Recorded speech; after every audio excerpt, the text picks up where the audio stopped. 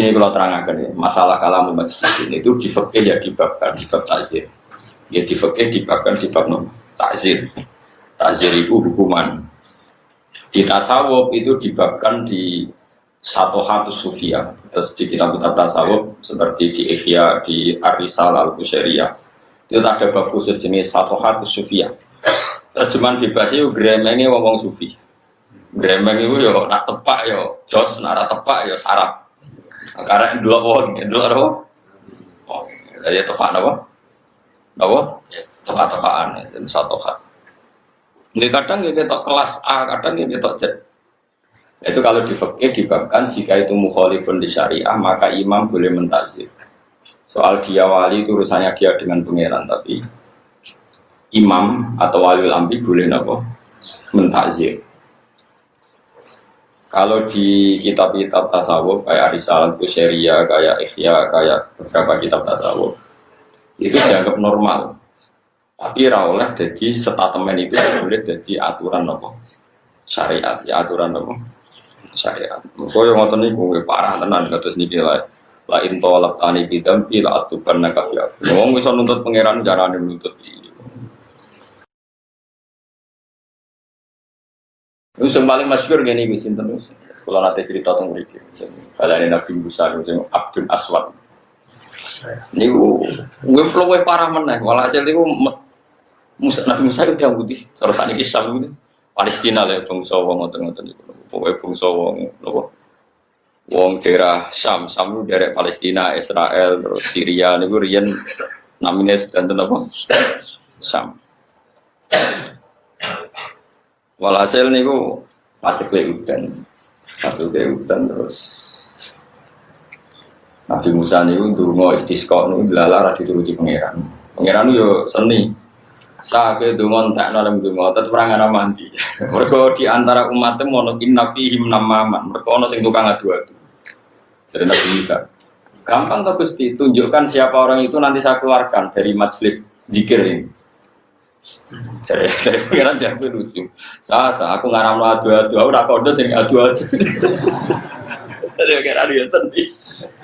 Aku ngaramno adu-adu. Lah nek ngandakno wong sapa sing adu-adu berarti aku yo adu-adu terus dikut. Aku yo mau kodo wae, dadi repot kan.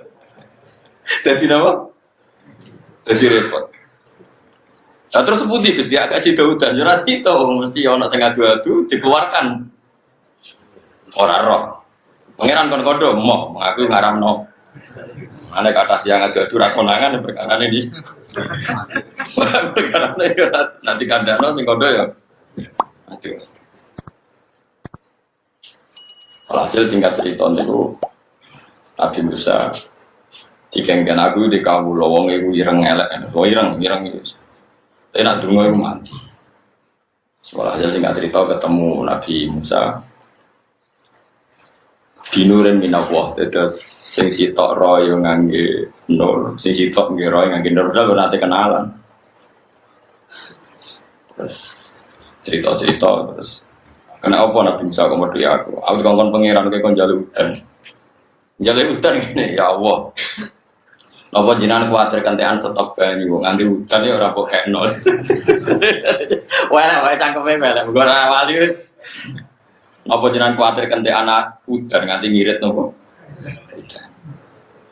Napa jenengan kuatir maksiate wong-wong? Lho maksiate tiyang-tiyang ora madharati jenengan. Wong barang ra madharati ora penting jenengan pertimbangno. Hanya maksiatnya manusia itu madharat enggak bagi Allah. Tidak. Kalau engkau tidak memberi hujan karena maksiat mereka, lho maksiat mereka itu tidak penting bagi engkau. Engkau tetap Tuhan tidak terganggu. Barang ra penting jenengan pertimbangno. Ayo nang udan. Oh, udan nang. Jadi wong iki dene kalam mesti dupi no. Tapi anu toleh, tapi yo mau stres ngono wae. Terus dadi udan. Mau beda kelas no. Jadi ngomongane Mas Tudin, la in tolab tani bidam bila atuban naka. Ya, jika engkau menuntut saya karena dosa saya, engkau juga saya tuntut karena sifat afu jenengan. Maksudnya kalau sifat saya itu sifat permanen, seharusnya sifat engkau afuun ghafur juga harus sifat permanen. Fair dong, sifat saya ditetapkan kok sifat dengan rasi itu. Oh, bukan fair, apa? Lah ya sifat kula salah permanen kok sifate jenengan nyepuro gak sido iku gak fair harus padha-padha sido padha-padha permanen kula salah nggih oke kula salah tapi sifate kula jenengan ya terapno padahal nek diterapno kan just ini enggak gerakan jamaah nuntut pangeran kasih itu istilah sama walain tolap tani lan nampun nuntut panjenengan ni ingsun dibukhli sebab medhit ingsun misalnya dimanil wajibi sebab nyegah barang wajib misalnya jenengan nyalano kula mergo ra zakat misal auman isa ini atau sebab kula ngalang-alang yang sing jaluk mima sing perkara fadula kang luweh apa mak inti ana ing sisi ingsun la adluban naka yaktine bakal nuntut ingsun ka ing panjenengan bisa khoika kelam lomo panjenengan ai dikara mira tegese kelan sifat lomo panjenengan lan jenengan nuntut kula nyalano kula mergo kula medhit pancen kula menungso pantese di medhit ta artinya kula ra di sifat lomo wajar kula timo menungso tapi nek jenengan batal sifat lomane jenengan perkara pangeran kok sifate kata baru repot walain adkhol tanin nar lan lamun nglebokno panjenengan ni ingsun annaro ing neraka lamun jenengan nglebokno kula teng neraka la akhbartu yaktine bakal ngabari ingsun bakal maklumatno ingsun ngekeki warta ingsun ahlan nari ing ahli neraka di anni lan sak temne ingsun iku hibbu iku seneng sapa ingsun kae jadi maksudnya salah masuk salah jenengan ana teng lembara kula neraka. Tak umur teng tiang-tiang. Kula seneng jenengan kok tetep mlebu neraka. Ada yang salah. Ini maksudnya prosedur ini ada yang repot. Itu boleh. Saya punya kitab Masyhur itu kitab para habaib. Orang-orang alim habaib itu biasanya pegangannya kitab itu. Bahkan Sa'alim Abdul Haddad itu pegangannya kitab Al-Masyhur. Jadi di antara master kitab yang diikuti Abdul Haddad itu Habib Abdul Haddad itu kitab Masyhur. Di antara yang diceritakan itu ada seorang syarifah namanya Aisyah As-Siddiqah. Itu seorang syarifah, zuriyahnya Nabi itu ya termasuk kalau ngetikan seperti ini. Oh dia senang guyon, rileks maksudnya zaman di hidup itu terkenal. Istaharat itu abah itu ya rileks dia sering guyon, sering gejol-gejolkan. Itu di antara munajatnya bilang gini. Ya Allah, jika saya masuk neraka maka kalimat la ilaha illallah akan saya tenteng kemana-mana di neraka dan akan saya katakan ini loh hukum yang aneh masa orang melafalkan la ilaha illallah masih masuk neraka itu goblok ya kalimat la ilaha illallah kok diobong itu wong ora sopan maksudnya ora sopan itu ada syiddatul ghirah mereka sangat-sangat mencintai Allah sangat mencintai kalimat thayyibah mereka tidak bisa membayangkan kalau kalimat thayyibah itu bisa diinjak-injak oleh api neraka. Mulane normale kan bun rokok itu aneh. Awas kan bun rokok. Wong aneh berarti kan. Saya punya analogi begini, ini rumah tenan. Tapi sampean jangan menganggap omongan saya hukum. Bisa saja ini pas gadap. Gue agak oleh gue napa? Misalnya sampean tak bedai. Ini mushaf ya. Mushaf itu Quran itu cara bahasa Indonesia Quran. Cara bahasa bener itu sebenarnya mushaf. Ini mushaf diinjak ke Fuad murtad apa enggak? Enggak jawab saja. Murtad kan. Atau dilecehkan. Wah, Mustafa, jengotlah, khusyuklah. Misalnya ngelecehkan mushaf murtad atau murtad. Intinya melecehkan mushaf itu murtad. Murtad itu keluar dari Islam atau keluar dari kebenaran. Urung ana tenan, awas ya salah paham. Rokok ini salah paham. Dan itu disepakati ulama, orang yang menginjak mushaf atau meludahi atau ngeriai mushaf, semua yang bentuknya istighfar, melecehkan mushaf adalah murtad. Paham ya? Sekarang malaikat ya kena aturan itu. Dengerin ya, malaikat juga kena aturan itu. Kenapa para ahli Quran, hamalatul Quran itu banyak yang meyakini dijamin gak masuk neraka. Ini bukan urusan gue sentimen Fuad, sentimen saya, sentimen siapa, Mas Abu. Enggak seperti itu. Gue iso bayang nono malaikat, wani ngaduk mushaf. Enggak bayangkan saja. Gue iso gak, gue waras loh, tak waras. Gue iso gak bayang nono malaikat yang terhormat itu. Terus roh aturan nganti nyadui mushaf. Padahal mushaf ada di dada si hamalatul Quran atau hafid. Gak gue iso bayang nono orang. Mboten saged. Malaikat harus punya etika dong, harus punya konstitusi. Di antara aturannya ora oleh nyabdi wong apal Quran. Dia dadane ono murtad ya. Nah, sebab itu kamu jangan kaget. Misalnya Nabi cerita orang yang hafal surat Tabarok, Mungkar Nakir itu masyhur. Sama nanti cari di kitab Ibnu Katsir. Ada orang hafal surat Tabarok, tapi bedik tuh. Bedik biar Allah. Mau bedik dhisik wis saiki nomor saiki masalah ora pada no berhubung desa dhisik bedik terus pada no kabeh bedik saiki wong dhisik bedik bodho wong 10.000 wis bedik saiki 800 miliar orang bedik dari bedik dhisik wis saiki ku gitu wong dhisik ku ning perapatan ndok wong wedok wis bedik saiki kelas B wis biasa dadi ukuran bedik iku pada no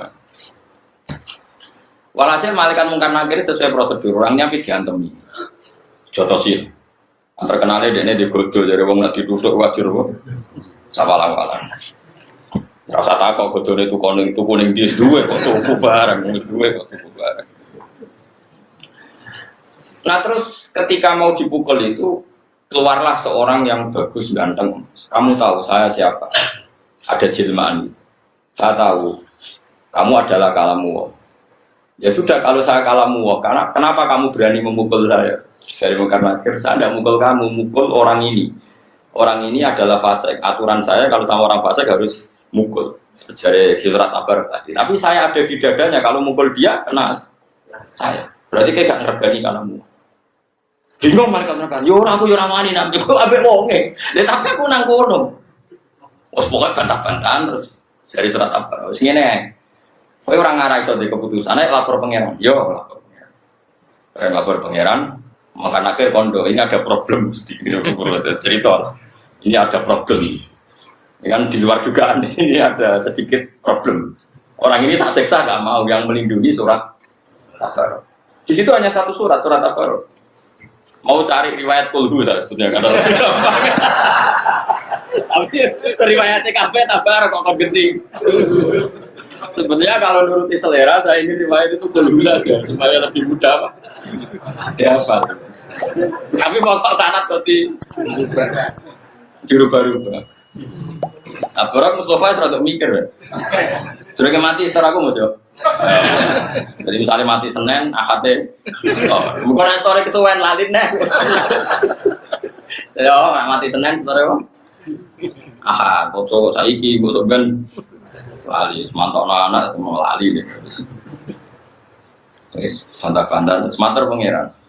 Ya Allah, jika saya sebagai kalamuka tidak bisa mensafati orang ini, orang yang menghafal saya, bahkan dia tidak tidur karena saya, punya kesibukan tetap ngaji saya, sampai dia tidak lupa sampai sekarang.